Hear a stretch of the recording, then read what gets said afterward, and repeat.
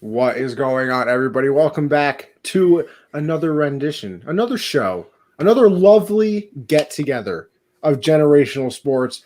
My co-host Josh, how are we doing? Doing good, man. The pup is doing real good. So it's good life over here, except the player props. We're not hitting this weekend. You know, it is a struggle sometimes in life. Listen, I feel it. And we'll get to you, Caleb. But Caleb, welcome to the show for sure, of course. And boys, I think you'll actually. I don't know, Caleb. Did you grow up in Florida? Part of my life I grew up in Florida. The other part of it I grew up in Tennessee. So I don't know. Okay, so you might. I don't know. I don't know how weather works in Tennessee. So, but Josh, I think you'll be able to understand this well. You know those beautiful times when you would just get absolutely smacked by Mother Nature with snow, and you would get that wonderful text message or wonderful, notification from somebody that school was canceled. Oh yeah. Let me tell you something. It doesn't happen anymore. Okay? Because we are getting bitch slapped over here in New York by Mother Nature. I'm talking like 2 feet of snow. I think it's like an inch every hour. And what did I wake up to? A text message from my college. In-person classes are canceled. Online classes go as normal. Son of a bitch. Let me tell you something. It's just not the same, bro. It's just simply not the same. It used to be such a wonderful feeling, but hey, I guess that's life in 2021. But that's how life is going. Caleb, how's your life going? Oh, it's good. It's not as cold as it is up there for y'all. And getting it's like 45 degrees, so that's not horrible, but it's doing all right. Getting some opportunities thrown my way and my full-time life and career path. So that's exciting. I got a new tattoo, so that's cool. Nothing else other than that's going. What is this? I didn't even know this. You gonna see it real quick? I do want to see. Oh yes, sir. Actually, I definitely lied then because you definitely sent that in, didn't you? Mm-hmm.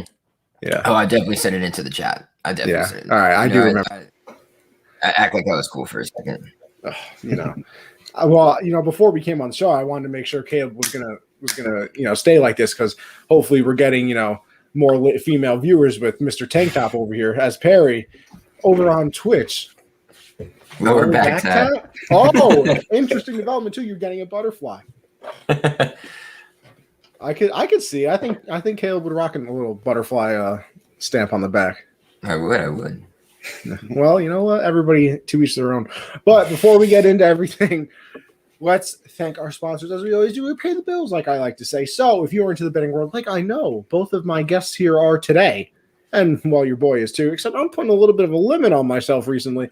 I mean, how else am I going to invest in Dogecoin if I don't have money if I'm blowing all my money on betting? But if you are into the betting world, make sure you go over to mybookie.ag, use promo code USN100 to double your first deposit up to $1,000. I mean, come on, people. We got the Super Bowl. We got NBA basketball going on. Hockey is back. I mean, I don't even know if you can bet on NASCAR, but I'm sure you can. And I'm pretty sure I saw today that that's coming back. There's fights all the time. Baseball will be here in a couple months. It's a wonderful time to be a sports fan. So if you're into the betting world, make sure you go on over there. Now, with all of your winnings, of course, because you're going to be a professional bettor. You're going to hit at that like 55% clip that you have to be a professional bettor. So with all that money, make sure you go over to rxm.com, use code RXM-USN to save you 10% on your entire order. They got the premium CBD creams. Caleb, I know that you were a big fan. I love it, dude. I've got lower back problems because I'm always on my feet at work. From that butterfly tat, huh?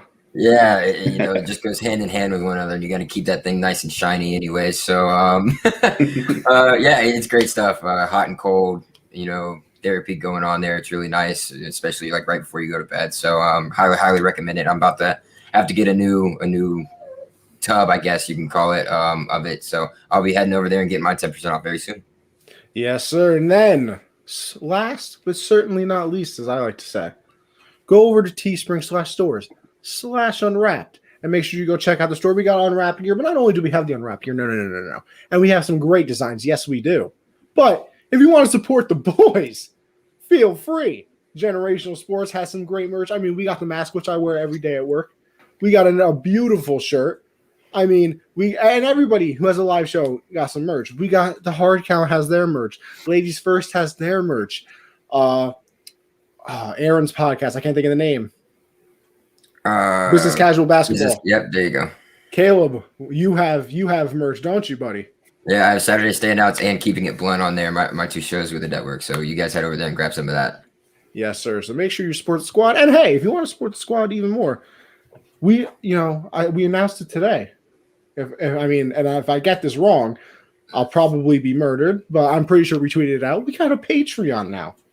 So if you really want to support Unwrapped, $1, you just support us. $10, I believe, you get into a Amazon gift card giveaway.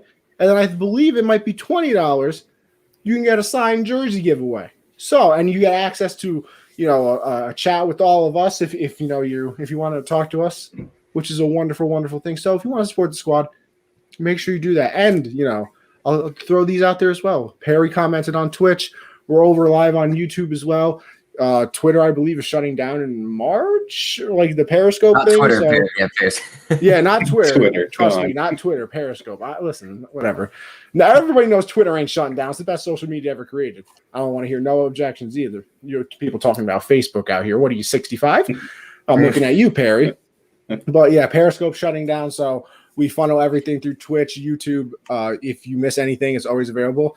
So with all that being said, let's get down to the business. And you know how we started off, people. We've even been on the show before, so you know how we started off over Yes, here. sir. We are going to start it off with a absolutely wonderful Who Am I? Now, for the people who might be new and don't know how this works around here, we give our great guest a minute, 30, 40 seconds to guess who the player is going to be. Josh, you have the hints. When you start the first hint, I'll start the timer. I was drafted in the first round of the 2007 draft out of FSU. Oh, that means you have to get it. Yeah. All right, 2007 first round. 2007. Quarterback? Nope. No. All right, go to the next. Spent 10 of his 11 seasons with the Steelers. Okay. He's second all time in solo tackles in Steelers history. Vince Williams. Nope. Damn. Shows you how much a fan I am. Fake fan. Fake Take fan. that flag down over the hell. He played his last season in 2017 with the Dolphins. Oh, man. Solo tackles. First round draft pick 2007. Dolphins, Steelers. 2007. Good Lord. Got another 30 seconds there, Caleb. You better get on that thinking train, buddy. Is he I'll give you another one. He's a linebacker. Middle linebacker. All right. Dude, it's blowing me.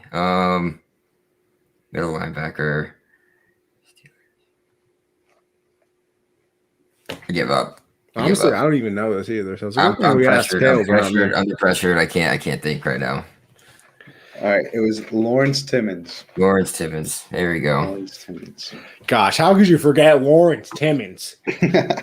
I was going through like FSU people trying to find one, but like there were a bunch of super obvious ones like Jameis and Dalvin Cook, and I was like, I gotta find someone that actually. Oh, Right. Caleb Yeah, is that's a good very one. familiar with That was Dalvin a good Cook. one. Yeah. DC4 my guy. Is my guy. DC4 baby.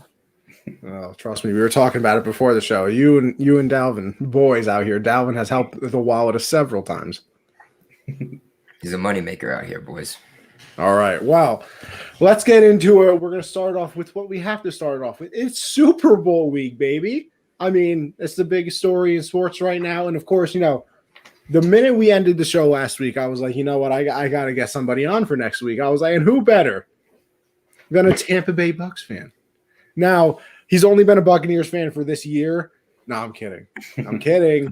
He has been a Bucks fan, so we had to get Caleb on. So we got to start off with the Super Bowl. Now, Caleb, this might go towards you because you might have watched, probably all the games and maybe a little bit more. I mean, I did watch all of them because, Dad's on the team, so I had to see what was good. But how much do you think that the game being in Tampa will help the Bucks? We'll throw to you first, Caleb. I mean, it's the first time it's ever happened in Super Bowl history. So, I mean, obviously that's a big deal. And then you have, being in Tampa, it's better weather than it might be in other parts of the world. So that's a big advantage to the Bucks as well. But ultimately, it's not going to be a full stadium, but I'm sure a lot of these Bucks fans did snag up these tickets, prior to the NFC, AFC championship game. So, we'll see if it makes that big of a difference. I don't think it's going to make a huge difference just based. It's not going to be a full stadium or anything like that. And it's also the Super Bowl. So you kind of start tuning those type of things out. So I don't think it's necessarily a huge deal, but maybe a slight advantage there. Josh, what you think? Yeah, I don't think it's an advantage when it comes down to game time, but preparation wise, I do think they get a bit of an advantage. They're used to being in Tampa. They get to stick to their normal routine versus normally in the Super Bowl. Well, every year before this year, both teams have basically been road teams and had to do things a little bit differently. But for game wise, I don't think it brings an advantage. They're both going to be ready to go and have a balanced playing field because it's a Super Bowl of the last two teams. But definitely for practice wise and just as a team before the game, I think the Bucks have a little bit of an advantage there. I think another advantage. Sorry, as we say hello to Skura, of course, always one of our big fans in here. But go ahead, so bad. Another advantage is what we're seeing now is this whole COVID thing, and that's happening with the Chiefs, as we've seen in the news today. A bunch of their offensive linemen are getting it. One of their wide receivers got it as well. So that's probably due to travel, not necessarily them going out or anything. So the Bucks not necessarily having to do that and knowing where to stay in Tampa and where not to go to be able to contract. COVID is probably an advantage towards them as well. So I think the thing that gives them a little bit of an advantage too, like you said, I don't think it's anything crazy. I mean, it probably does help them. I mean, they're staying in their own houses now. It's not, you're in the hotel for the week. You don't have to practice in a different spot. You're used to everything. You can stick to your schedule. You can almost treat it, and it's stupid to say about the Super Bowl, but you can almost treat it like it's any other week. And it's all about really the comfortability too, because now you're playing in your home stadium. You're in your own locker room. You're at your own house. I think that really just helps them out a lot. It's like you said, Caleb, there's no travel involved. So now the stress of having to travel and, it is a Super Bowl. So maybe you want to get your family there. I mean, I don't even know if that's possible during this age and with COVID and everything, but you don't have to worry about your family, traveling and this, that. So I definitely think it gives them a little bit of an advantage, just the familiarity. You always see a lot of teams usually play better at home, and it's the first home Super Bowl. So we're going to find out if that really is, something that's going to make a difference. I think it's still crazy to me that with all these years that there's never been a home Super Bowl. Like it's absolutely wild to me. The Chiefs played the Bucks on the road in Week 14. Yeah. And the Chiefs did end up winning that game. And I think we'll probably be getting into that a little bit as well, but I mean, listen, the Chiefs offense can play anywhere. It doesn't really matter. You've obviously seen them play outside in the cold. You can see them play in a dome. It doesn't matter for them, but I think for the Bucks, it's just that slight advantage of, like you said, Caleb, not, knowing where to not go, as I finally learned English, and just playing in your home stadium and everything like that. So I think it'll be a little bit of a thing for them. But whatever, we're going to find out, and we will also find out who's going to have the better game. You guys leaning towards Brady or Mahomes here, Josh? Yeah, I'm leaning towards Mahomes. I think it's really going to come down to him making the big plays. I don't think their running game is going to be a factor as much. I think for the Bucks, the running game is going to be a huge factor. But I think Mahomes overall will have the better game. I just think he's going to put up better numbers, and I think he'll just overall have a more impressive game than Brady, because I don't think Brady will have to do as much as he has in past Super Bowls. So I'd go with Mahomes.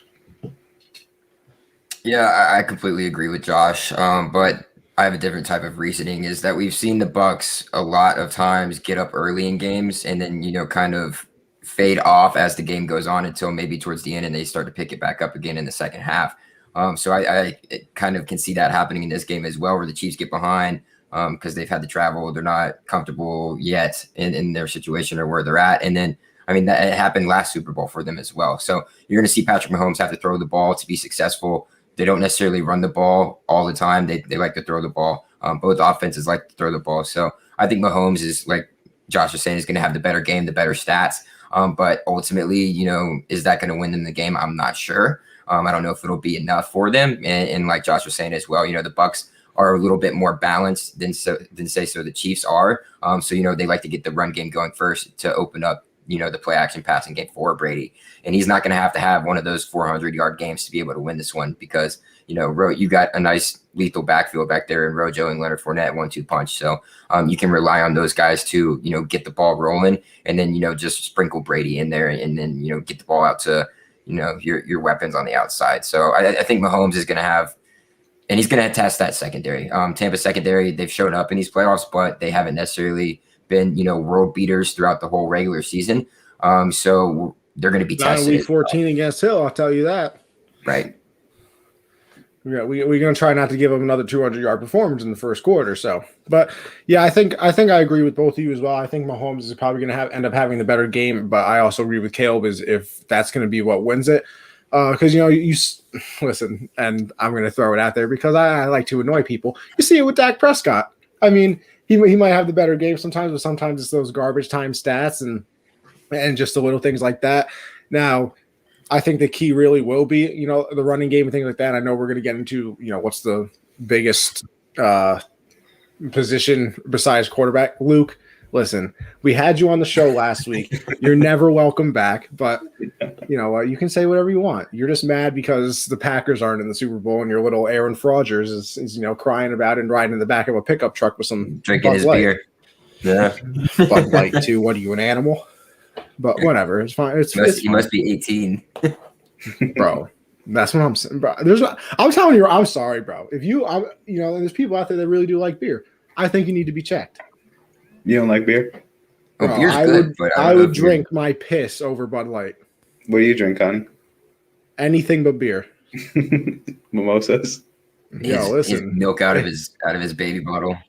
Yo, listen, let me tell you something. I don't know what your guys' problem is with milk, but it's really good. See? You don't have a problem with it. It's your obsession with it. That's Bro, milk is fantastic. What are you talking about? It's great. I love milk too, but you talk about it too much. It's a little sus, man. Nah, bro. It's just because it's listen, there's like tiers to things. There's like oxygen, brain function, and then milk. Like that's two things that let us live, and then milk. You know what? On the seventh day, God didn't rest. Okay, He created milk. I'm just letting the people know. Okay, it really is as simple as that. But yeah, I kind of agree with you guys. Like I said, I think Mahomes will probably have the better numbers. I think Brady will do what he has to do to try and win this game. But I mean, you even look back. I know it's obviously a different team, but every Patriots Super Bowl is just awful in the first quarter. Like I don't think Brady's ever scored a touchdown or even scored points, possibly, in the first quarter of a Super Bowl. So that's definitely not going to help them out playing the Chiefs. You got to hope that they're going to be slowed down in the first quarter as well. And like Caleb said, last year's Super Bowl, though it was against a ferocious defense in the 49ers, they weren't, they didn't get off to the hottest start in the first quarter either. And then the other thing you got to look at is Mahomes threw the 2 interceptions last year in the Super Bowl. Now you can do that probably against Jimmy Garoppolo, but I don't know if you can do it against Brady. Now, granted, this isn't 35-year-old Brady, but it's definitely something. And Gen Z has Drake Bell. Caleb, I didn't know that you were Drake Bell. Apparently, that's my lookalike. So I gotta start making lie. TikToks where they do the hand thing. We got Drake and Justin. No, I don't see it. I don't see it though. I don't see Drake Bell. I don't see Drake Bell either.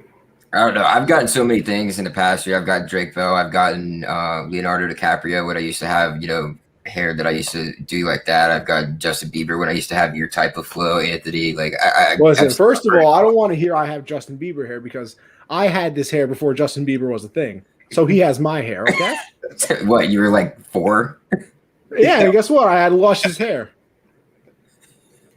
It's fine. Well, this one is true though, Alex. Perry does look exactly like Pete Davidson. It's scary. It really is. I mean, you guys have that weird app, which, by the way, I still haven't had access to, where you guys can put faces on the different gifts and stuff like that. Just a little upset about that, but you put Perry on a Pete Davidson gift, it's the exact same thing. It's a little unsettling. I'm not going to lie here, but we digress. We'll move on. What is the most important non-quarterback position for the Chiefs in this game? You can go a whole lot of different places, but Caleb, we'll start with you. What do you think is the most important thing for them? I'm going to lead off and say their most important thing right now is going to be their center spot. I don't know who their backup center is going to be, and that's going to be an important aspect because their center is now out with COVID, and he's on the COVID reserve list right now, so he's not going to be playing on Sunday. And that's one of the most important relationships in the game of football is between center and quarterback in terms of not turning the ball over, and especially in pressure situations. And you're going to have a backup center starting in the Super Bowl. So he's going to have nerves there immediately. I originally probably was going to go with Tyreek Hill just because of what he did in the first matchup between these two teams and, picking on that young buck secondary. But, with their center being knocked out today and seeing that news, I have to go with that position for the Chiefs because all it takes is one time you lose that ball and, Tampa Bay's defensive line, that's all they're looking for is to get after a football. So they're very veteran, group right there. So they're going to be after him and they're going to be chirping and talking to him while he's back down there on the line. So we'll see. If he has a good game, then I expect him to hold up, but we'll see how it goes. Yeah, I agree with Caleb that that center position is definitely going to be questionable heading into this game. Yes, sir. Yes, sir. But I'm Josh going with the player props these days, huh? Yeah, I'm going with Tyreek Hill. I think they need him to make some magical plays. It's going to come down. I think it's going to be a really close game, like a really intense, close, fun Super Bowl. And I think it'll come down to a big fourth quarter play that he's going to have to make. And we've seen him do that before. He did it last year against the 49ers. He had an amazing game against the Bucs this year. So I'm going with Tyreek Hill. I think if he has a big game, I think the Chiefs will definitely win this one. I'm going to go with Caleb here and, sort of you, Josh, as well, but I'm going to expand it out a little bit. I'm actually going to go with the entire Chiefs offensive line right now for the simple fact that I believe that Mitchell Schwartz, did something to his Achilles tendon, so he's out. That's their left tackle. I believe their right tackle is out as well, and now their center is out. Listen, I don't know every single person on the Chiefs offense, but let me tell you something right now. You're missing 3 offensive linemen in the biggest game of the year against a pass rush that definitely is not bad to say the least. You got Barra coming off one edge. You got JPP. You got the Fridge 2.0 and Vita Vea in the middle trying to stop everything, going through there. So it'll definitely be a big test for them, to say the least. So I kind of expanded out to the entire offensive line because here's the thing. I think Mahomes is going to do what he's going to do as Josh brings out the puppy again.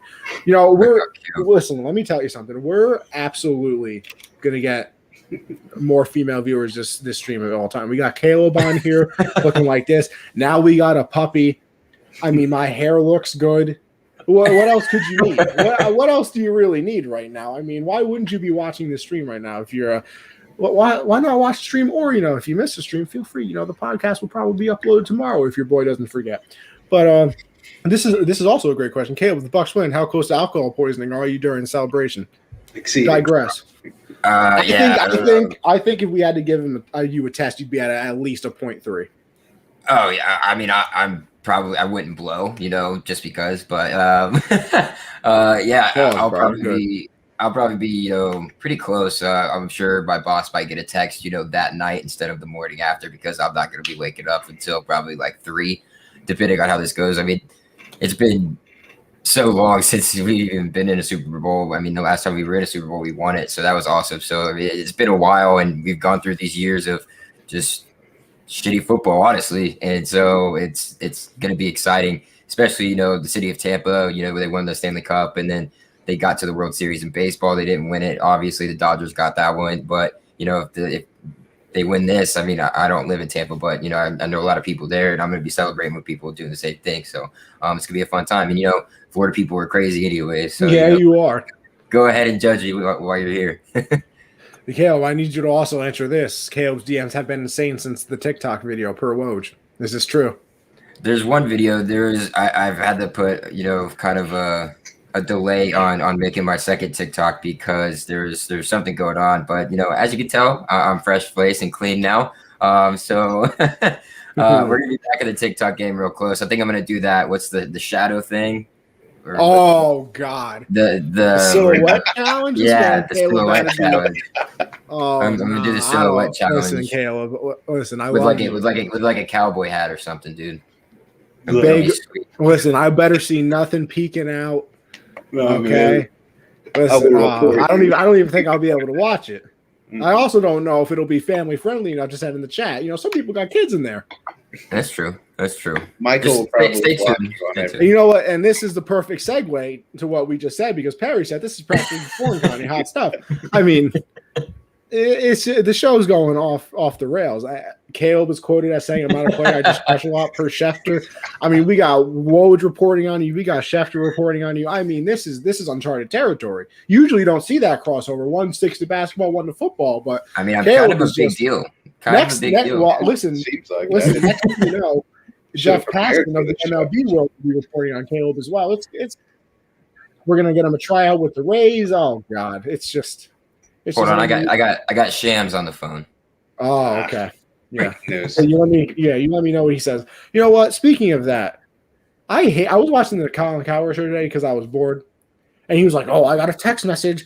And then he's like, "Oh, but I can't tell you guys. I hate people like that should be in prison." If you do that, you're the worst type of person. It's absolutely unbelievable.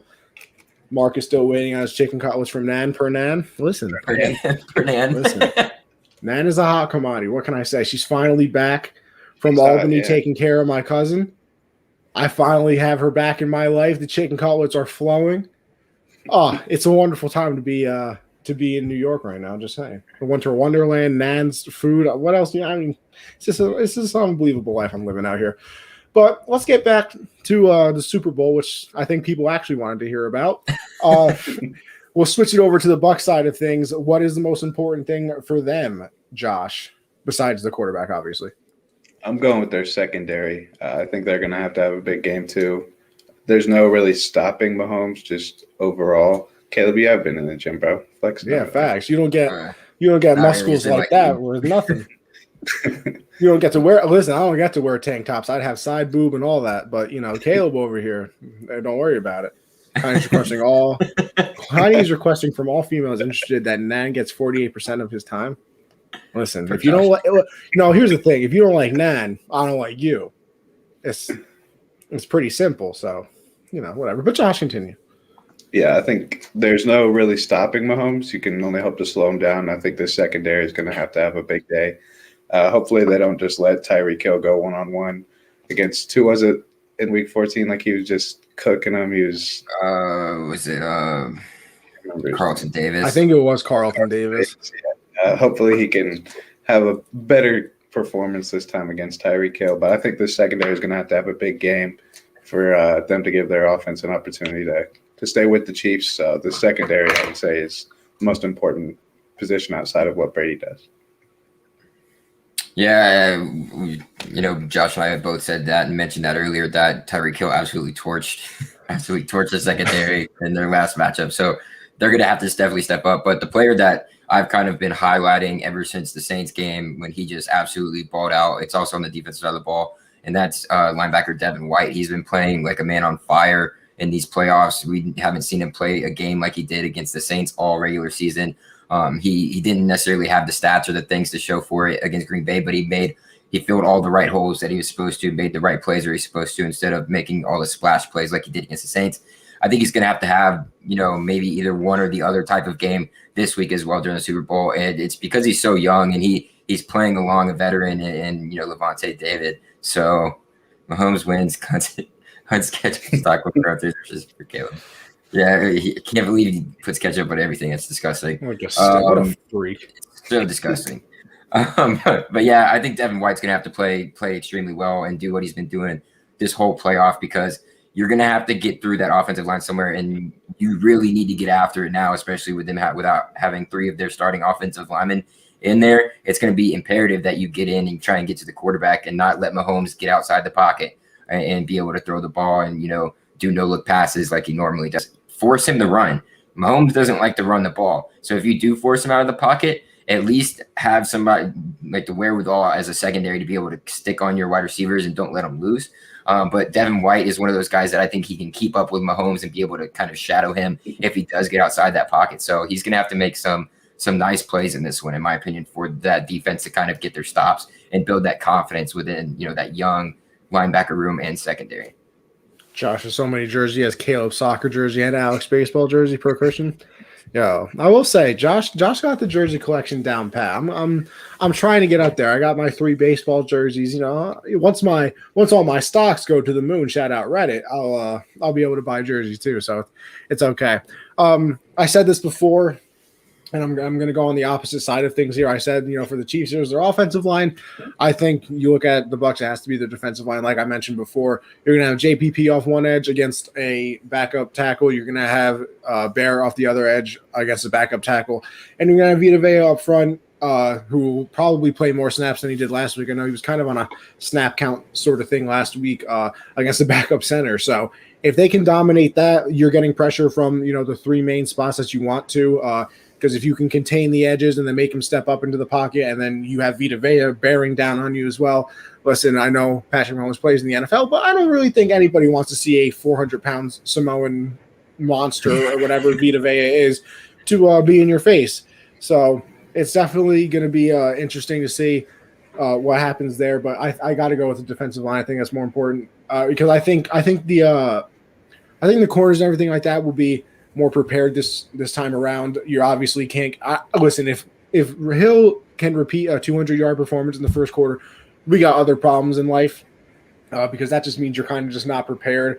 You saw what he did against you last time, so you kind of prepare for that. So I'm going to go with the defensive line on this one, but that's going to be a battle to really pay attention. They always say the cliches. You got to win the battle up front, and this is what it's really going to turn into. Like I said, backup tackles versus people that could be all pros and pro bowlers and things like that. So you're definitely going to want to, pay attention to that because you force Mahomes out of the pocket, like you said, Caleb. Then, you maybe put a spy on him in a certain way with Devin White, who's, fast as all hell. So now he can't run for the first downs. They just got speed all over that defense. So it's going to be a very interesting thing to watch the back and forth there. But if the Bucs win, is Brady the most accomplished athlete of all time? We'll go with you, Caleb. Even though that's my dad. I think he already is the most accomplished athlete of all time. I mean, 6 rings after going. This is his 10th Super Bowl. That's pretty amazing as is, and nobody's ever been able to do that. I mean, you can even say LeBron James going to 8 finals in a row, and that's a pretty big deal too. But I mean, he didn't win like Brady's been able to win. So it's insane. You talk about greatest of all times, Tiger Woods, Jack Nicklaus in golf. In baseball, you got the Babe Ruth. You got Hank Aaron, who just passed away, R.I.P. The home run king. Guys of that nature who are just at the top of their game. But nobody's been able to do what Brady has ever been able to do, and you just got to respect it for that. I mean, I used to hate Brady just out of pure hate because it was just year after year after year after year, they were just unstoppable, and nobody could, beat them, and they were just constantly winning. But then you get to know the guy once he comes to your team, and you're like, okay, you understand the type of preparation, the type of confidence he puts into his teammates. What he's able to do with a team is just incredible, and you have to be able to respect the man for that. And I think he is going to go down as probably the best athlete that we have ever seen play a sport. Yeah, I completely agree. I think like right now, win or lose this Super Bowl, he's got probably the best argument for most accomplished athlete of all time. I mean, just being able to dominate a sport for as long as he has. Like LeBron has dominated the sport basically his entire career, but he doesn't have the championships that Brady has. Brady's been doing it longer than Jordan did and longer than a lot of those other guys have too. So I definitely think if he gets number 7, first person to win a Super Bowl while hosting it, first year with a new team, he wins it. I think he's definitely by far the most accomplished. Right now, I'd say he's like neck and neck with the GOATs of the other sports, like Tiger and Jordan and all those guys. But I think if he gets this one, he'll definitely be most accomplished ever. Yeah, I'm right up there with you. I obviously was too young. Josh, you too. Caleb, I forget how old you are, so I can't say that. That I obviously didn't get to see those first 3 Super Bowls. I was, in diapers probably still. So I didn't get to see that, but I started paying attention to football probably '07, which is obviously the undefeated season before they lost due to the luckiest play in NFL history.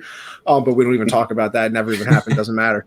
So I've seen it, my entire life pretty much. It's amazing what he has done. And like you said, Caleb, a lot of people, just hate on the greatness, of course, before you kind of see it up close. I never hated on him because I always saw it up close. I always saw, the competitive fire and things like that. So probably has to go down as one or two. You can make arguments for other people, of course, and I'll let you do that. But 10 Super Bowls, he's won 6 MVPs. He's probably gonna end up having the record for most touchdowns, most passing yards in NFL history as well. And the thing that really, solidifies it for me is you look at LeBron, who's been doing this for a really long time, but it's also basketball where it's not as obviously not as a physical sport. I mean, you look at some of the hits Brady's taken and things like that, and just the durability that he's had over his entire career. I mean, he's had one major injury that I can remember, obviously in 2008 when he tore his, I believe it was his ACL, I want to say, because he's worn a knee brace since then. But it's the dominance that Brady has shown, and we'll put it up here. And Brady's dominance just proves how dominant LeBron has really been, even though I can't stand LBJ. Yeah, exactly. It's crazy to see. And I want to ask you guys this too, and feel free to play, participate in the comments as well. I saw this on Colin Cowher's shirt today as well. We'll compare Brady to the other goats of sports, and tell me which one you would take. I'll be your hostess with the mostest over here, and I'll let you guys play along. So we'll start with baseball. You taking Brady or Babe Ruth? Brady. I don't know too much about Babe Ruth. So and then Babe Ruth's records and everything have been, broken, and people didn't think that was ever going to happen. But, some of the things Tom's doing right now, nobody's ever going to break these. I'm sorry, there's no quarterback in NFL that he has a shot at being able to win 6, yet alone maybe even 7 championship rings. No matter how great, a Patrick Mahomes is, I don't think he's going to reach that pinnacle, because it takes a whole group to be able to do that, not just one person. And at some point teams are going to start figuring that out. So I would have to take, Brady here. Then you move over to basketball. We'll start off with that. We'll start off with this, and I'm going to say both of them. So you MJ and LeBron fans, calm down. Brady or MJ? I'd go Brady still. I think just due to the records. I mean, they both got rings, both got a bunch of MVPs, both dominated the league while they were in there. But I'd probably just lean towards Brady just due to the longevity of it.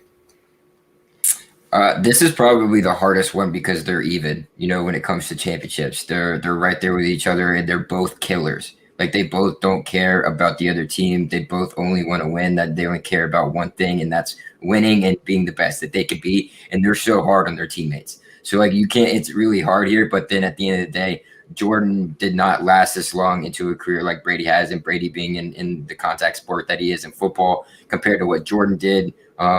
Jordan going to the Washington Wizards, not being able to perform at the level he did when he was with the Bulls. I hate bringing this up, but MJ also had Pippen. Brady didn't necessarily have all those guys. Brady had a bunch of, 5'9" white dudes from like South Dakota State, playing wide receiver other than like Randy Moss. So like whatever that, and you do a lot more with a lot less on your team than probably the second best player ever during that era for basketball. I think, it just goes to Brady there. Yeah, defense was huge for the Patriots for that long period of time. But, I mean, defense, only can do so much too. So, I mean, you can make that argument, but I think Brady still gets that upper hand here. Obviously, we'll go to the other GOAT, LeBron. I'd still probably lean Brady. I mean, I think LeBron is the GOAT basketball-wise. But, I mean, it's really close here too. With all the LeBron's going to own almost every record there is. By the time he's done, he's going to be top 10 in all the major categories all time. And Agree to disagree. Yes, But hey. I'd still give the edge to Brady, mainly because of the championships. You know, when he got there, he finished it off. So I think the championships definitely give Brady the edge there. It's all about this when it comes to this argument. I know when it comes to basketball, I like to diminish that argument when it comes to MJ versus LeBron because I'm a LeBron stan myself. So it's just the longevity LeBron's been able to do and the records. He's a much overall better player than MJ, but that's for a different time. But when it comes to LeBron versus Brady, it's all about this. Yes, they're both going to have records that are going to be close to being unbeatable, especially now with the way the NBA is going, and you want to have more balanced, deeper lineups than you want just one physical star on your team. You want a big three, so you're getting more around people instead of it just being one dominant player being able to rack up stats like LeBron did earlier in his career before he started moving towards that. But yeah, Brady gets this one because of rings. Caleb James took LeBron's last name when they got married. Damn, Caleb, congratulations. We're expecting I'm sure LeBron gave you a very nice ring. But all right, these are the last two, and I'm interested to hear because first of all, I remember Cowherd disagrees with you guys on MJ. I think he took MJ. Actually, no, I think he took Brady. All right, I lied. He took MJ and he took LeBron over Brady. So he disagrees with you there. I also agree with you guys. So I would take Brady over them as well. Now the last two will go, and remember, this is on the field at stuff. Because this one name, you obviously start thinking about other things. Muhammad Ali, and then also go with Michael Phelps. I would say Michael Phelps over Brady. I mean, the amount of gold medals he has in the Olympics is just, it's insane what he was able to accomplish. So I would go Phelps over him. And then Ali, I would probably go Brady over Ali. Ali's, best boxer of all time, amazing talent. But, he still had some losses in his career that he definitely should have won. So I think I'd have to lean towards Brady on that one. But I'll take Michael Phelps over Brady. I'm in agreement here with Josh Phelps. I just think doing what he was able to do, being able to swim at the pace that he did and just absolutely smoke the best competition in the world. Yeah, the players in the NFL are the best at what they do, but there's also guys in rugby that could be really good at football that don't have that chance because they're not over here in the United States to be able to do that. So I think just on a national, a worldwide stage like Michael Phelps was, and to be able to just dominate, like it wasn't like, he's right there, he's just barely winning. It was just like he was kicking ass in the water. Dude was like a torpedo and just blowing people out of the water. So Michael Phelps is probably one of the greatest athletes of all time. Forget about him and smoking pot, which if you think about that makes it even crazier, in my opinion, that dude was sitting here smoking weed and he's smoking people underwater when he's got to have the lung capacity of I don't know. Like, and he's smoking. So that makes it even more incredible that he was able to do that. When it comes to Muhammad Ali, I agree with you, Josh. There were some losses there for Muhammad Ali that he shouldn't have lost, but I think boxing has kind of evolved over time and it's gotten more difficult than it used to be. The athletes are just different and built different nowadays than they used to be back when he was fighting. So I like I like Brady over Ali, but I like Phelps over Brady. Caleb on TikTok versus Brady. Listen, if Caleb does this silhouette challenge, I might have to take Caleb. I mean, it's going to be real close here. But then again, if Brady does the silhouette challenge with Giselle in it, raps, bro. Sorry. That'd be the most viewed video ever. Super my wife right there, and one of the goats. Now, I see you asked, how is the stream stuff working once it switches to Twitter? See, we're switching off Twitter. So it's going to be kind of the opposite. We're on Twitter right now, but like I said in the beginning of the show, if you still want to watch us, go over to YouTube, Unwrap Sports. I believe it is on YouTube. You can search us up. So we're always live. We go live on there. Also, you can go on Twitch, which is also Unwrap Sports, and watch on Twitch as well. So everything will still be around. We will still be here. Don't worry. We're not going anywhere. The podcast will still be available, Apple, Spotify, everything.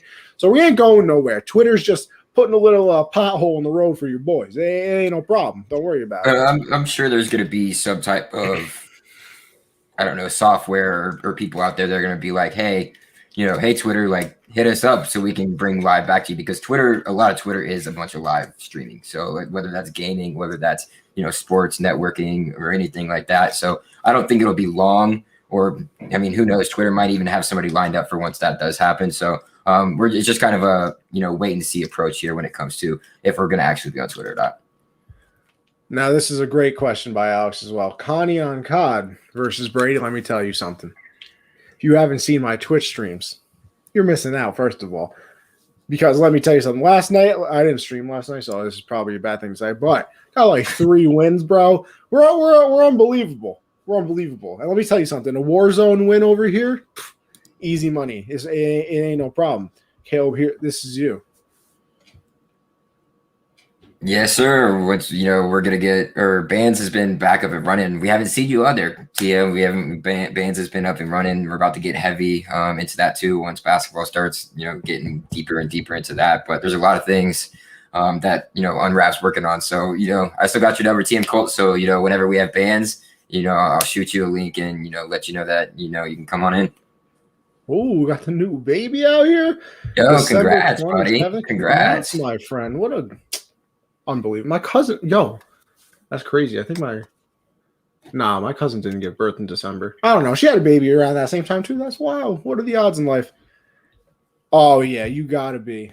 Amari. It's a nice name, bro. I like that. Yo, that is a fire name, bro. I like that middle name. Goes hard. Middle name's fire. All right, now let's move it on to our. We're kind of getting more into a predictions thing here before we wrap up the Super Bowl talk. Who's going to win MVP? Caleb? I'm going to give it to Chris Godwin. He's been kind of, not performing up to the level that we have expected Chris Godwin to perform at. Going back to last season, Mike has been the center of attention when it comes to wide receivers, and Chris Godwin's dealt with drops here in the playoffs. He had a touchdown that he dropped. He should have caught. Hasn't really, balled out like we have seen him. So I think he's going to have a big game. This Chiefs secondary is not the best secondary, and all their attention is going to be on Mike. So I think Godwin's going to have a huge game here. It was either between Godwin or I think Rojo. I think they have an explosive game too now that he's fully healthy and he's not on a limit either. Instead of Leonard Fournette, so I think we'll see Rojo get to start back again for the Bucs running back. But I'm just going out on fire here and say Chris Godwin. Now, Alex, let me tell you something. I'll give you a little insider trading here, insider betting. How many chicken cutlets can I eat in one sitting? Over under 3.5. You can legitimately sell your house, put the money on the over. 3.5. Do you see the size of it? 3.5. That's like one sandwich, bro. I'm taking down 5-6 easy, bro. You don't understand. It ain't no problem. Caleb, do you think the Bucs keep Jones after this season? Ooh, I think Fournette's probably gone. I think he somebody will probably give him a contract just after seeing what he was able to do in this short time in Tampa Bay, and he was able to not, fight with the front office like he did at Jacksonville. So everybody knows what was going on there in Jacksonville. None of the players wanted to play there. Everybody wanted out. So it wasn't just Leonard Fournette who had those issues. And Jalen Ramsey made it very well known that he did not want to be there, and he did not agree with what the front office was doing or anything like that. There was so many disagreements. So I think Fournette probably leaves somewhere else because teams are going to be like, okay, Leonard Fournette's worth the risk here. He's not really that type of person. But I think Ronald Jones stays. I think the Bucs are just getting Ronald into his groove after his, subpar first season for them. So I think Ronald Jones is probably going to be a much better back, here in the next couple years, and then before his time starts to slow down as a running back. So I think Ronald stays. Josh, who you got for MVP, baby? It would help if we could hear you. You're muted, buddy. Shut up. I want to say Mahomes, but I think someone on the Chiefs defensive side of the ball is going to have a monster impact, kind of like when Malcolm Smith did it for the Seahawks. I think someone like Tyrann Mathieu or maybe Chris Jones has a monster game and does something special to make that defense just hurt the Bucs a lot. So I think somebody on the defense side of the ball for the Chiefs is going to step up big and win it. Now let me ask you guys something. Did you really think that I was going to pick anybody else than my dad? No, didn't think you were going to answer. I mean, that's why I didn't pick him. Yeah. Okay. Good. I just want to make sure. Oh, look at that. The way Josh and kind of joke It's not joke, bro. It's real Yeah, I just beef don't over like here. him. Real beef over here. I just don't like Josh. I just needed somebody to do the show with, and he was, the only person available at the time. So Quit putting my name in your mouth, bro. I'm taking inquiries for all you people watching out there. Don't worry about it. Ain't no problem. Ain't no big deal. Now, one last prediction for this game. We got it. We got to finally predict it, baby. Who's coming home with the Super Bowl championship? I think I know where Caleb's going to go, so I'll start with Josh. I'm going with the Chiefs. I think they're going to See, now you got to win. change my name out here, bro. Really? That's Nothing. crazy, bro. I didn't do anything. That's crazy, bro. I don't have That's access all right. like It's that. fine. It's all right, bro. Everybody got the power to do it. Ain't no problem. Access like that. I think that the Chiefs are going to win it. I picked them to win it since week one, since we started. So I think they're still going to finish it off. I do think it'll be a close. Something, right? Dude, I picked the Panthers all 16 weeks. Don't sit here and act like What I about was. the playoffs? Can you remind the people? 1 week you got lucky because you picked the Browns. Don't act like you strategically were like, oh, I know the Browns are beating the Steelers, dude. I mean, But- all I know is I won again. But continue. Sorry. Yeah, you're done. I'm about to mute you. I think that the Chiefs are going to win. I think it'll be really high scoring. So I'm going with a final score of 35-28. Yeah, I mean, it's not a bad pick. I think it's gonna be a close game as well. I think whoever I would take those. I think it's gonna come down to probably the last 2 minutes who's got the ball last. But I think Mahomes getting the better last year of Brady and everything. So I think that's gonna change this time around. Tom Brady's not gonna let it happen. So I think Tom's gonna come out with this win, and I'm just gonna flip the score of what they had in Week 14, and I'm gonna go 27-24 Bucks over the Chiefs. Well, listen, let me tell you something. First of all, I took the over in this game, so I'm going to need it to be high scoring. Second of all, I don't pick against Dad very often. And if damn Stray is not going to start this week either, I'll tell you that. So we're going 38-35 Bucks. Big high scoring game, baby. There's going to be some fireworks. Like Josh's name says, I only take L, so he's probably going to be wrong again. Man didn't even notice. But listen, I gotta go with. Listen, Brady's my favorite athlete of all time. I know if LeBron's playing anything, you guys are taking LeBron too. So listen, I got to roll with my boy. All right, that wraps up that. But before we move on to completely out of Super Bowl. And, Josh made the doc, and let me tell you something. Josh did a wonderful job making the doc. Josh is, kind of taking over as producing the show a little bit. It's because your boy's back in school. I'm a little busy, bro. I got 2 classes today. I'm learning how to negotiate and journalism 1 on Mondays. So, I'm a little busy sometimes. So Josh makes the doc, and he came up with this. What is your favorite Super Bowl memory? Now, feel free to say it in the comments as well. I know Alex is in here. You're like 63, so you remember all of the Super Bowls. But Caleb, what's your favorite Super Bowl memory? I mean, personally, just being a Bucks fan, Rondé Barber getting the pick 6 against the Eagles was huge. Was that Super Bowl? Was it Super Bowl? I don't know. But my favorite one is when what's his name for the Giants caught. Yeah, I was gonna say. Listen, that's a I great will one. literally remove you from this show. I'm saying the Giants wide receiver making that catch. What is his name? Bro? David Tyree. Okay, that's what I thought it was. But that catch, unbelievable. It was like the sports science on that was ridiculous. There's no way in hell he should have even been close to doing that, but it happened. And then just an amazing upset because nobody thought, Eli Manning and the Giants had a chance in that game to beat the Patriots, and that to happen was, pretty awesome. I felt like the whole United States rejoiced when that happened because, the Patriots were ended for at least 1 season. All right, fine. I liked you before. It's no problem. I don't like you anymore. Dude, you can't sit there and say that like that wasn't that is ingrained into everybody's. Oh, it's ingrained, all right. In everybody's Super Bowl memory. Yeah, I would say the second time they played the Giants, I think that was my favorite. No, I played. I was just saying that's such fucking cap, but I didn't grow up as a Panthers fan. I grew up as a Bears fan. So when Devin Hester returned the opening kickoff, I think that was one of my favorite Super Bowl moments. But then the entire Steelers Cardinals game was just insane. I mean, Harrison's 98-yard pick six, and then He Larry was hot, boy. and then that San Antonio Holmes catch was amazing too. So I'd say that game and Hester's opening kickoff return are my favorite Super Bowl moments. That's wild. Well, let me tell you something. Patriots fan. My first few years being a Patriots fan, it was traumatic for me. You know, I wasn't used. See, here's the thing: I wasn't used to the Super Bowl winning. I was used to winning in the regular season. But I hadn't seen a Super Bowl. I had seen, you know, those 2 Super Bowls that we spit on, that the Giants won. I gotta go with it. And you know, people say it's lucky. I don't care. What? Philly special. No. Well, actually, no. Here's the thing. I'm stuck between 2. But since it's the anniversary, I'll say, listen, Malcolm Butler's interception at the goal line. I mean, what an iconic moment. Unbelievable. And, you know, people always forget the moments leading up to it. You know, they're in Arizona, the same place where the Tyree catch happens. Now, Russell Wilson throws a deep ball. It gets batted around, somehow catches it on his back. And like the announcer said, how many times is this going to happen to the Patriots, bro? I can literally tell you everything I was doing. That play happened. I got up from my seat downstairs and punched the door downstairs. Very upset.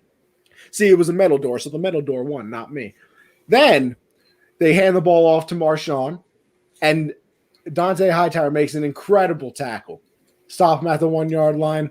I'm pacing back and forth. I'm wondering why they're not calling a timeout. And then Malcolm Butler comes out of nowhere. Never even heard of him. The one play he was in the game. The one play. And of course they see that was the other thing I was bro, let me tell you something. That might have been the most satisfying one for me though. Because listen, let me tell you something. Living in New York, being a Patriots fan, it doesn't go hand in hand. So, you know, I got everybody and their grandmother texting me, yo, what's going on? See, because here's the thing, too. When you're a fan of a team, I don't know if this happens to you guys, but, like, all because you're a fan of that team, everybody texts you and is like, yo, why are they doing this? And I'm like, oh, my bad. Let me get Bill on the phone right now so I can ask them what they're doing. Like, I don't know what you want me to tell you, bro.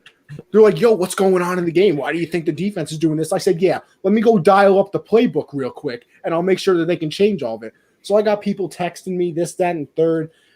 And then, you know, I gave up. I even tweeted it. I remember tweeting, this game's over. I'm just going to sit back and enjoy the Super Bowl now as a fan. I thought it was completely over. Then they start coming back, and what a game. That was a game right there. The minute they got that the coin flip in OT, I was like, all right, we're over here. What a time. What a time to be alive. But we're moving on from the Super Bowl. We're we're moving on from the Super Bowl, not the NFL, because I was thinking about going to the NBA like the doc says, but I'm done. Let's go to some other NFL topics real quick. The big one that you have to discuss right now, and I couldn't believe it. Matthew Stafford to the Rams, baby. Caleb, what do you think about it? I mean, he's definitely an upgrade over Jared Goff, in my opinion, but I do believe that they gave up too much of their draft capital for future drafts to go ahead and get Matt Stafford.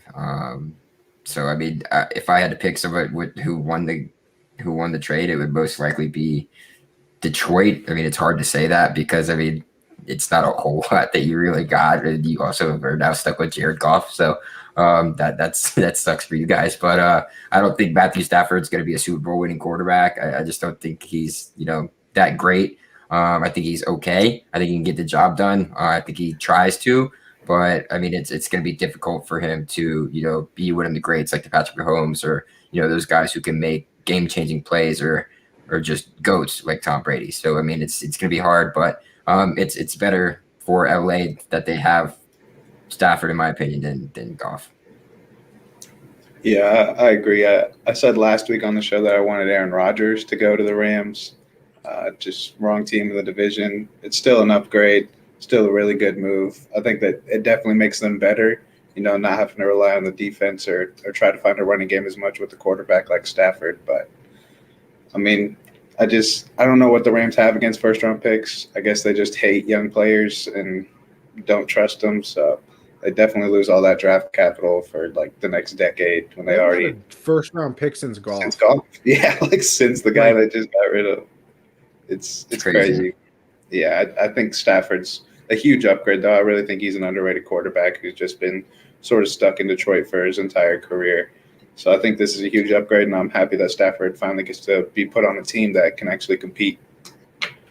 Yeah, I definitely agree with both of you guys. I definitely think it's an upgrade for sure. I don't know how you can think it's not. How big of an upgrade, you can go back and forth on that, as much as you want. That kind of depends on your opinion of Jared Goff and of Matthew Stafford. Like Josh said, he was kind of just wasting away in Detroit. They ruined Barry Sanders, they ruined Calvin Johnson, and they finally said, let's not ruin a third one. So they let him go. But here's the thing that I'm looking at, and being in New York, people are going crazy about it. If Matthew Stafford is worth 3 picks in Jared Goff, what in the almighty hell are you going to have to trade to get Deshaun Watson? If he goes to San Francisco, you got to trade the state of California. Yeah. Like, I don't know what's going to happen there, but I think, like Caleb said, I'm happy for Stafford, but I think the Lions win the trade. I know we'll talk about how Goff's going to do in Detroit a little bit later, but I mean, you get 3 picks, you get a quarterback to kind of replace Matthew Stafford, and now you got to try to draft well and rebuild the team, which they haven't really been too good at doing. But hey, listen, you're going to have to be good after a while, right? I mean, even the Browns are good now, so eventually you got to turn it around. I would hope. I don't know, man. Were they even good when they had Barry? I mean, hey, they made the playoffs with Stafford and Calvin. They're okay. They're okay. Is this the best they've ever been? Like, no. Last year, the most talented Lions team to ever happen. See, here's my thing, bro. Like, imagine if Matthew Stafford ever had a running back. Like, imagine if you could take like Barry, Johnson, and Stafford all together. Like, maybe they would actually finally do something. But it's like they always have that one piece and nothing else. Like, they had Barry Sanders, they had nothing else. They had Calvin, they had nothing because Matt Stafford was young. And now they have Matt Stafford, and then they're like, yeah, you know what? Screw it. So it's definitely a little interesting concept that they have going on in Detroit. The bold strat. It's a bold strat to say the least. But we're gonna see how things roll out. Now, what I'm really interested in, though, is your opinion on this, guys, is that if Stafford makes the Rams a Super Bowl contender. Well, I mean, if Jared Goff was able to, then why can't Matthew Stafford, So, yeah, I think he makes him more of a Super Bowl contender than Jared Goff does. Their defense is nasty. Cam Akers is coming into his second year now. Next season, you've got great weapons on the outside. I'm sure one of those wide receivers might be gone, and you bring in somebody else, but we'll see what happens, but I think it definitely does. I think they were already a good team. They weren't great. I think Matthew Stafford makes them great. He puts them into that upper echelon where you got to start talking about them now. Yeah, I agree with Caleb. I think, if they're able to reach the Super Bowl with Jared Goff, I think you upgrade to Matt Stafford. No question, you're in that contender discussion. And plus, Matt Stafford he's just way more talented. They don't have to rely on McVay's play calling to perfectly design a play where it's so easy for Goff to make the throw that it's not really doing anything. Stafford can make those plays on his own, so I think it definitely makes them Super Bowl contenders.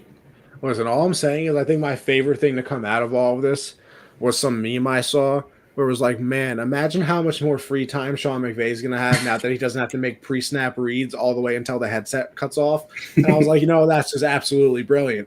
But, like you guys said, if we think, I think we're all three of us are in agreement here that Matthew Stafford is an upgrade over Jared Goff.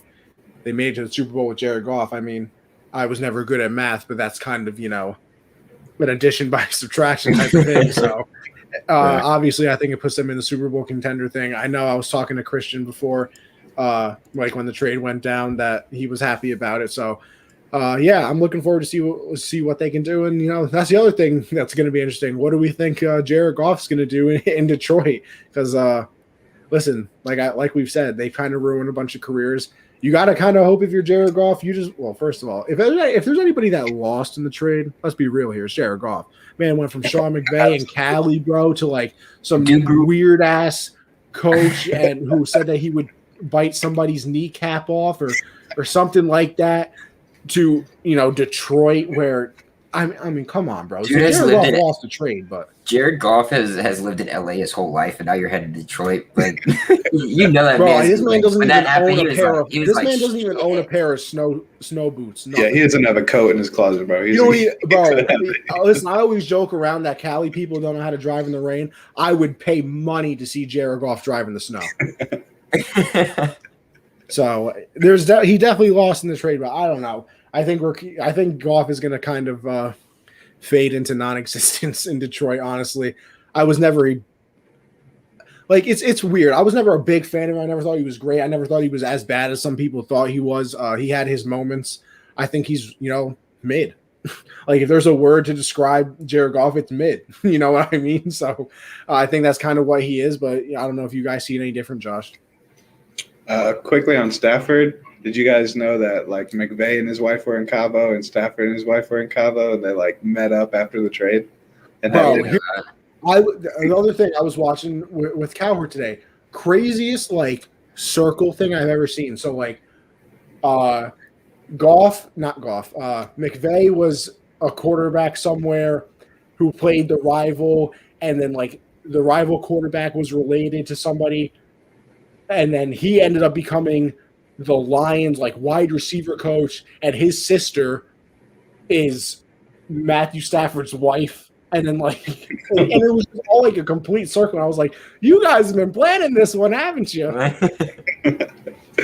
But I really hope Goff does good in Detroit. I'd love nothing more than to see him go there and be like, I don't suck. Like he's just a beast or something. But I don't think that's going to happen.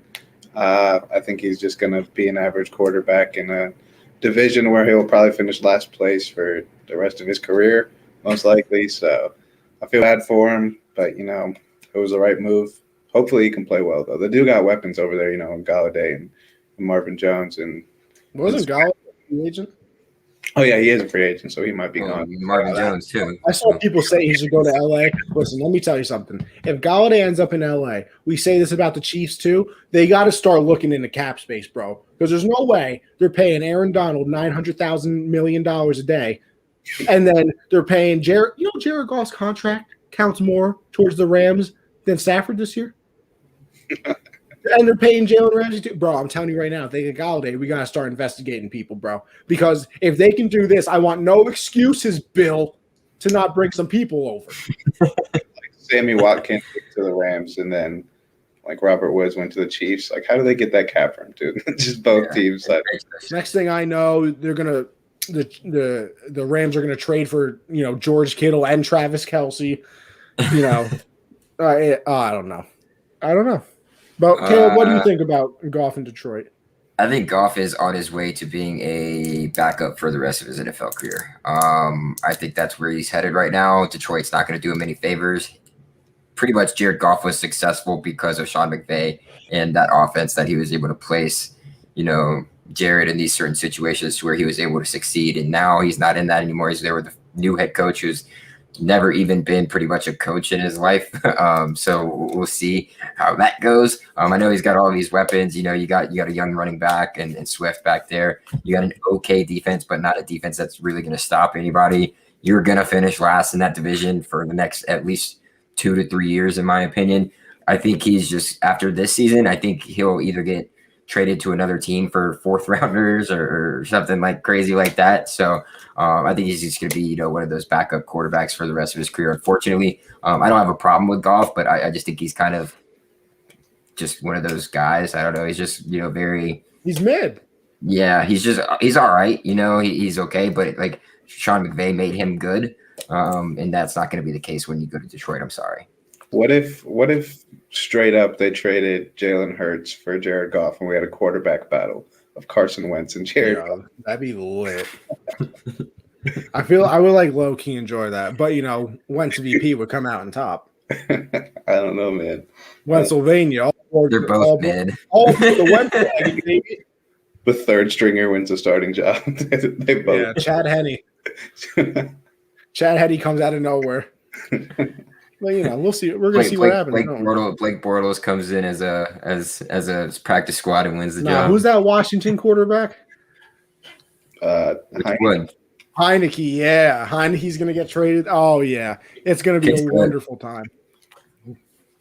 Well, speaking of wonderful times, I'm a little sad to see this one go, even though I know, and you guys will know exactly what I'm talking about, right, with this statement. The ugliest throwing motion in the history of the NFL, and Phillip Rivers. I'm sad to see his career come to an end, and his trash talk, dadgummit, type of trash talk, or I really like your kids type of trash. Like, I don't know, his trash talk wasn't like, I don't know what it was, but it was definitely no. I'll tell you right now though, my favorite Phillip Rivers moment is when he threw that 93-yard touchdown and he just starts screaming 90 yards right in the defensive tackle's face.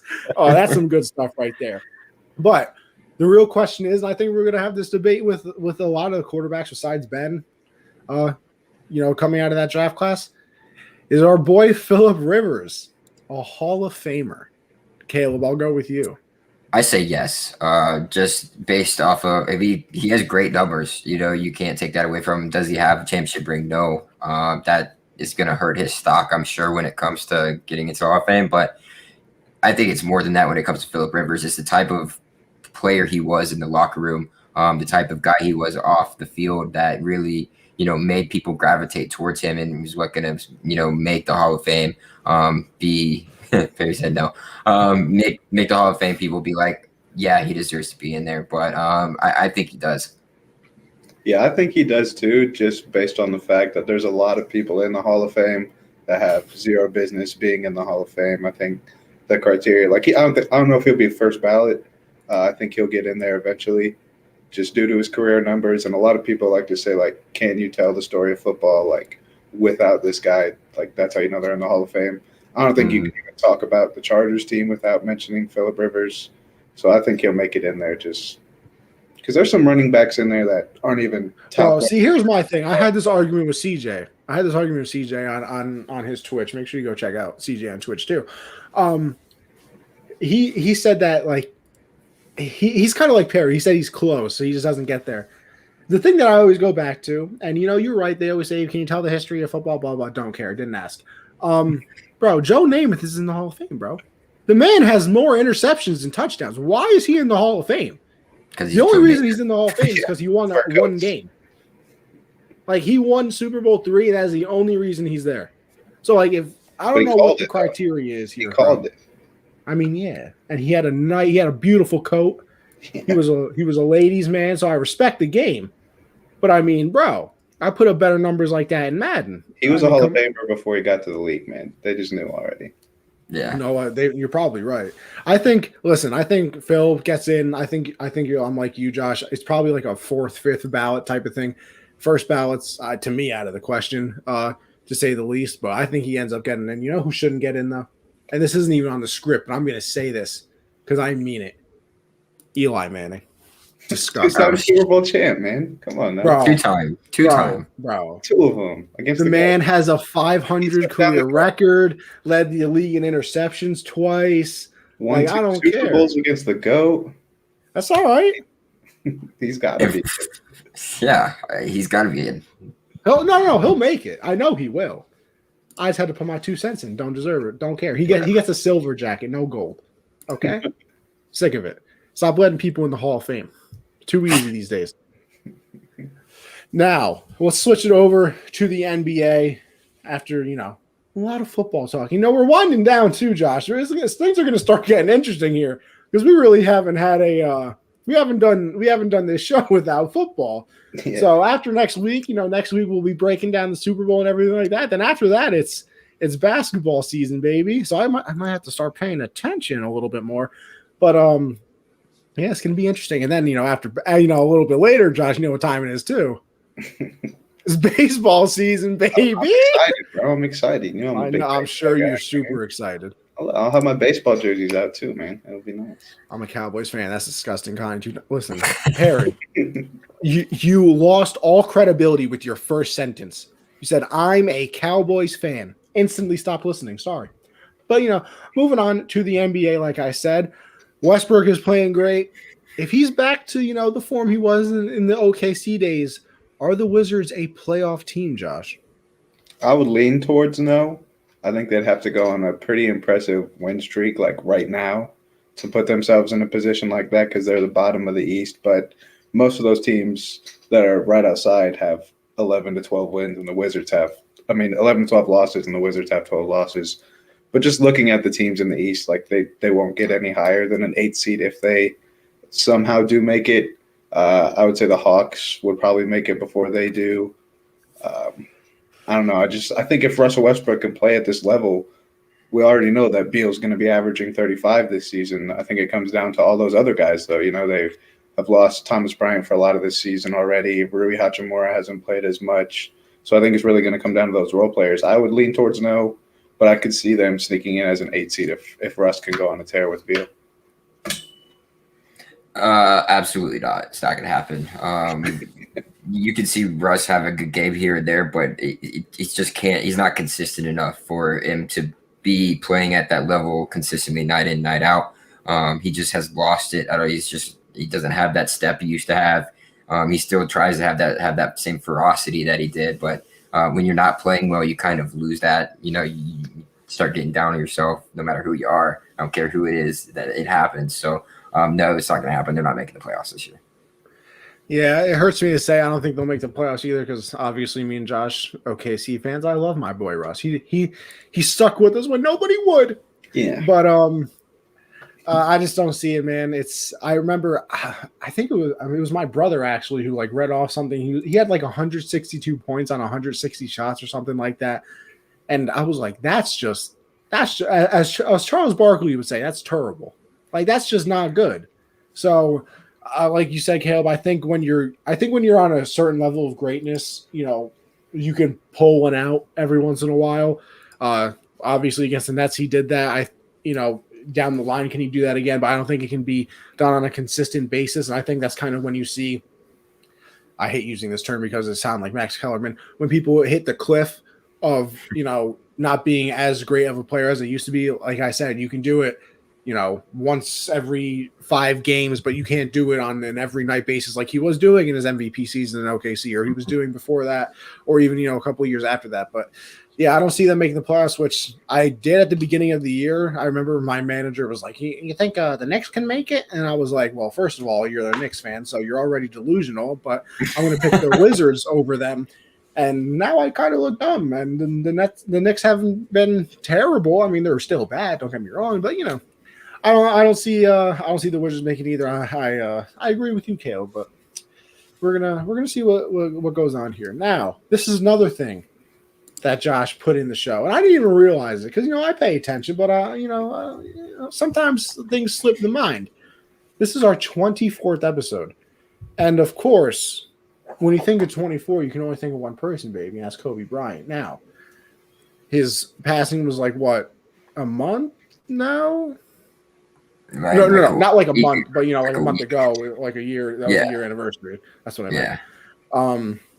So definitely always still thinking about it. I mean, watching the stuff when they were talking about it again, it definitely it's still surreal to me. Like it still doesn't really make sense to me. They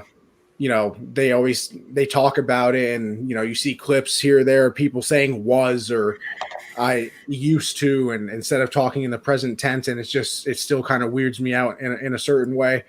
But with all that being said, I think Kobe, if anybody, would kind of want us to move on and tell us to shut up, have that mentality of just moving forward, mama mentality. So with that being said, what's your favorite Kobe memory, Josh? Actually, no, I'm not gonna start. I'm gonna start with Caleb because I know you're a Lakers fan, but whatever. I'm a LeBron fan, but I root for Lakers. But I also watch Kobe. So I mean, there's 2 that really stick out to me, and that's the 81-point game, and then there's the Achilles tear, where he comes and just hits the free throws back to back, and those are my 2 biggest Kobe memories that I am just so fond of because not only does it show his strength, but it shows the tenacity and the level that he just wanted to destroy a team at. Like, sorry, Jalen Rose, but you were just getting picked on all fucking night like that. He knew that you were guarding him, and he knew that he was just gonna drop your drawers in the middle of wherever y'all were playing, and that's exactly what he did. He just put you on a map. So those would be my 2 big moments. It's hard for me to pick one between those 2. Listen, let me tell you something. That commercial that Kobe and Jalen have, How many olives fantastic. do you want? How many olives you want? 81. But Josh, what you got? Yeah, man. Rest in peace, Kobe. Still crazy that he's not here anymore. But my favorite by far is his last game, the 60. Man, I mean, That was that's fun just too. that's just the most Kobe thing ever.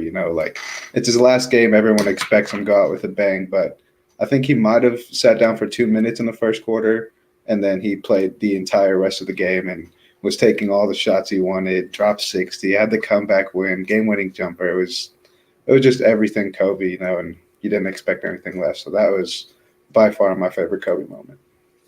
I'm going to go on a different route here, for the simple fact I got into basketball a little bit later in my life for sure. I paid attention to baseball, I paid attention to football, and basketball was always just kind of there. Like if it was on, I would watch it for 5 minutes. It just never really interested me too much. So I missed basically Kobe's career, if I'm being honest. I remember his last game, obviously, and I think I might have been switching between that and the Warriors going for 73.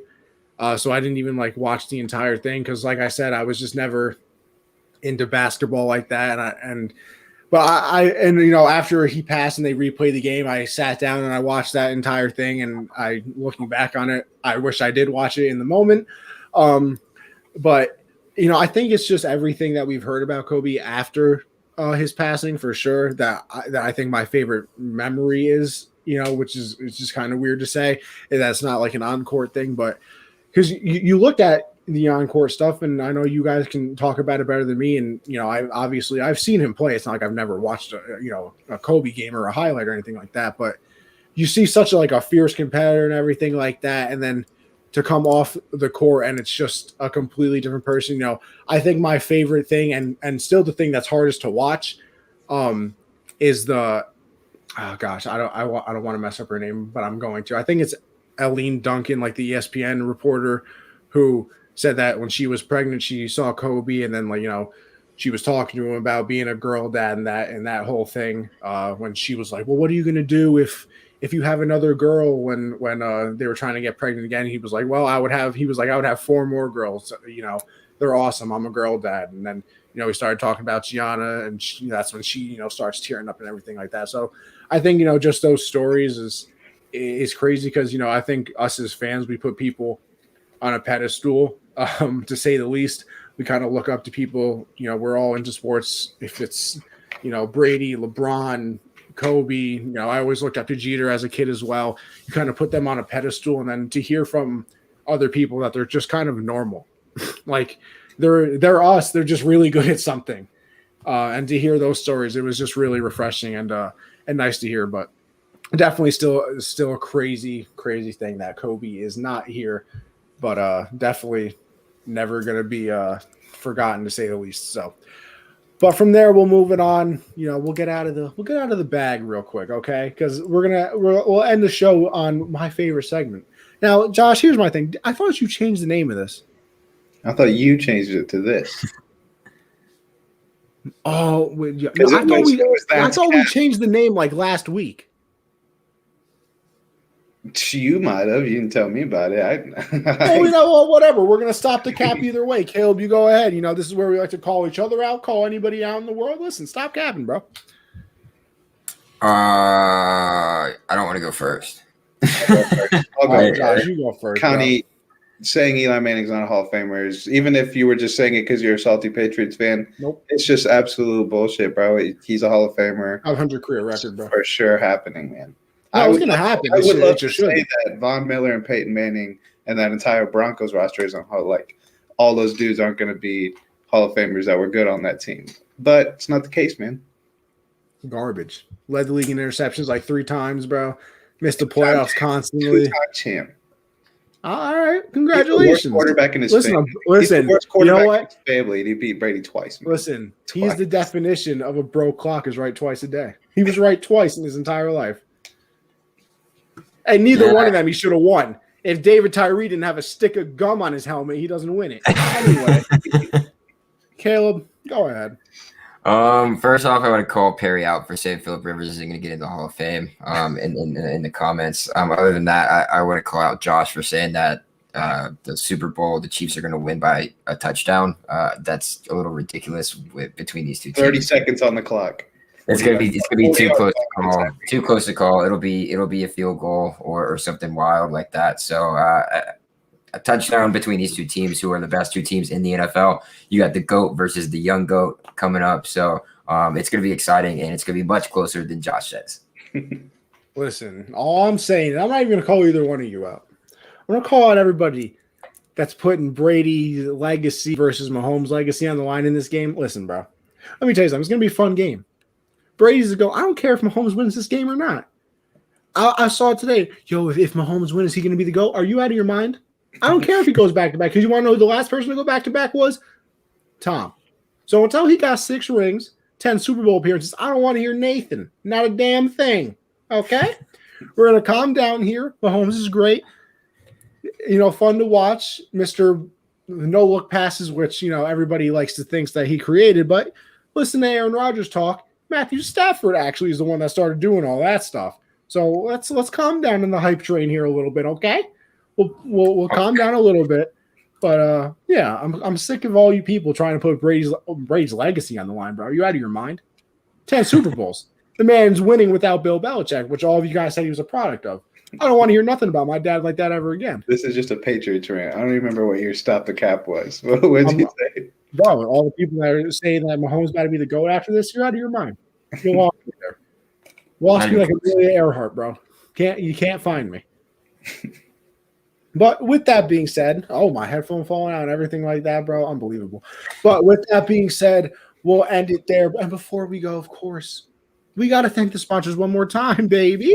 So if you're into the betting world, like all of us are here, make sure you go over to mybookie.ag, use code USM100 to double your first deposit up to $1,000. This man Josh putting out player props now. Caleb betting, $3,000 on Dalvin Cook scoring a touchdown all the time. So everybody's into the betting world. So make sure you go over to mybookie.ag, use code USM100. And then with your winnings, of course, make sure you go to rxhemp.com. Use code rxhemp-USN to save you 10% on your order.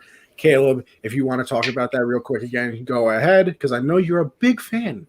Yeah, it's great stuff. Hot cold therapy, all natural CBD, pain relief cream. Use it on, achy joints. If you used to play sports like myself back in the day, if you're on your feet every single day, rub it on your knees, rub it on your back. You got elbow, you got tendonitis, you got, rotator cuff surgery back in the day. You just that stuff hemp.com. It's great hot and cold therapy, all natural stuff right there for you guys. Hot and cold therapy is the best thing ever. So even if you just take a sniff of it, clear your sinuses right up. So all you guys up north dealing with this snow stuff, who are getting sick, getting your colds, getting your sinus infections, go grab you some of this stuff and just sniff it. Even it's cool. Oh, Caleb out here sniffing things, bro. Like, I don't know. I don't know about all that. It's like Vicks Vapor Rub. It's like Vicks Vapor Rub, bro. That's what it smells like. Now that way to backpedal there, guy. I'm proud of you. Hamstrings are strong. But and then of course, with your leftover money, make sure you go over to teespring.store/unwrapped. Almost forgot it, but I didn't because I'm a professional. And you check out the store. We got great things over there. We got hoodies, which I wore while I was shoveling some snow out there. Kept me nice and cozy, as I should say. I was talking to Caleb before. I got the poster here. I just can't find room on the wall to put up. So we got everything that you need. We got fanny packs for you creepy LA people that wear fanny packs still, like you, Perry, you wear it over your shoulder. I mean, what are we doing here? But we got everything you want. So make sure you go over to the store. Make sure you also check out what everybody else has. Gen Z got some fire merch over there, if I say so myself. Caleb has his merch. We got Ladies First. We got Backstop Banter, our other show, or my other show, I should say. We got Business Casual Basketball. I mean, listen, if there's a show out there, they probably have merch as well. So make sure you go check them out. And, I'll even throw this one out there as well. We got a Patreon now, baby. $1, you just support us. $10, I believe there's an Amazon card giveaway. Oh, 5? It's 5. 5. 1, 5, 10. 1, 5, 10. So I was wrong before. See, I said 1, 10, and 20. Is 1, 5, bro? 1, 5, and 10. That's light work. That's one Dogecoin, baby. But make sure you go check out the Patreon. $1 sports is 5. You got the Amazon gift card giveaway. You're entered in, and then $10 is a signed jersey giveaway. So make sure you go check out the Patreon, support Unwrapped. You know, we're trying to create the best content out there for you, so make sure you go check that out. Now, with all of that being said, we'll wrap it up there. Kale, what do you got for the people before we hit the Diddy Bob? You know, just follow me at CHS Noel right down here. That's my Twitter at. You guys can follow my shows at Saturday Standouts USN on Twitter as well. Also, Keeping It Blunt with Perry. Both of those shows are on Wednesday, back to back. You got Saturday Standouts first, then Keeping It Blunt right afterwards at 9 p.m. Eastern Time, 6 p.m. Pacific. So it's great stuff. You know, great content. One's more pop culture-y. One's more focused on we're getting ready for the draft here, so it's more about college football moving into the draft right now. Usually it's more about college football during that season, and then we get into, more of a draft process afterwards. So great stuff going over there, unwrap these bands, making a comeback right now as well. A live reaction gambling show that we started way back when the playoffs are going on in the NBA. That's getting jumped up and going. Coming on here with you guys, I want to say thank you again for having me on. This is my second time on Gen Z Sports, so I've always loved to come on here with you guys and just kind of spit a little game and see what we got going on in the sports world, no matter what it is. So always a pleasure, just talking it up with you guys. Yeah, definitely appreciate you coming on, Caleb. Follow me on Twitter at Jolin_4. Like Connie said, I've been posting my player props because I started posting them because I was on fire for like 4 days. I just wasn't. I was like, I can't keep this to myself. And then, of course, this weekend I go on there and I'm just awful. Well, as soon as you do that, that's what happens. Yeah. So listen, Josh, so stop posting them and just send them to me. I can use a little cash. You know what I mean? All right, maybe. But make sure you come back next Monday, 7 p.m. Eastern, for some more Gen Z Sports. Yes, sir. As Josh said, shout out Caleb for coming on, bro. Always a pleasure having you on. One of my favorites out here in US. I don't know if I'm gonna get in trouble for saying that, but you know what? Who cares? Yeah, and also make sure you check out Gen Z. We do this every Monday, 7 Eastern. It's always a good time. If you missed the show or you're coming in late, we always post the podcast next day or the day after. Available. That's on Apple Podcasts, Spotify, Anchor. Basically anywhere you can get podcasts, it's available. Just type in Generational Sports and it'll pop up right there for you. You can follow me on Twitter, Anthony Conover _ or follow the page that we kind of run for this show, which is Gen Z Sports. Backstop Banter Thursdays, 10 Eastern. We have a nice little exciting guest on this week. Former player in the MLB, Ivan DeJesus Jr. is going to be coming on again, or will be coming on along with Dolan Corner, who we've had on for I believe this is his third time coming on.